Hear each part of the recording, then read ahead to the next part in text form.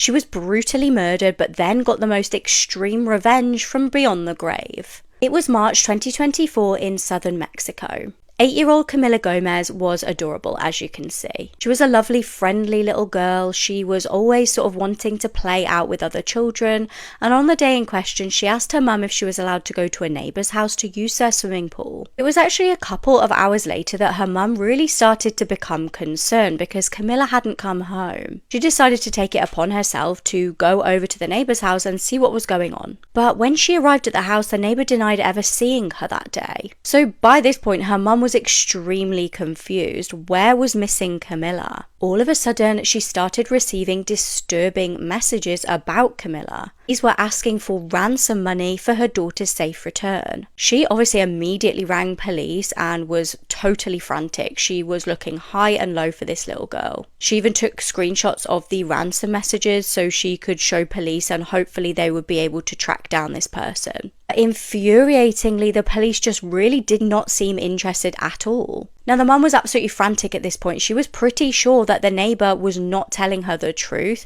and that the child was being held at that house. So she went round to another neighbour's house and actually got security footage so that she could prove that her daughter had arrived at that house that day. Again, she was trying to prove to the police they needed to do something urgently. But again, the police honestly just had no interest in following this up, and time ticked on and on. And the mum's worst fears came true. Camila's lifeless little body was found dumped at the side of the road. Her mum was devastated, but also understandably furious that the police had literally just let this happen. Now, word spread about the believed killers of this little girl, and the local community were obviously furious at this story and the fact that these dangerous killers had been allowed to do this. Police confirmed that they were investigating a woman and 2 men for aggravated homicide, but it was too late at this point. In the community's eyes, they had let this little girl die. Relatives of the child and the local residents banded together to protest against the police and demand justice. They started flipping cars in the street and blocking off roads. They hunted down the 3 people that they believed had killed this child. Now, despite the fact that police did arrive and attempt to intervene and disperse the crowd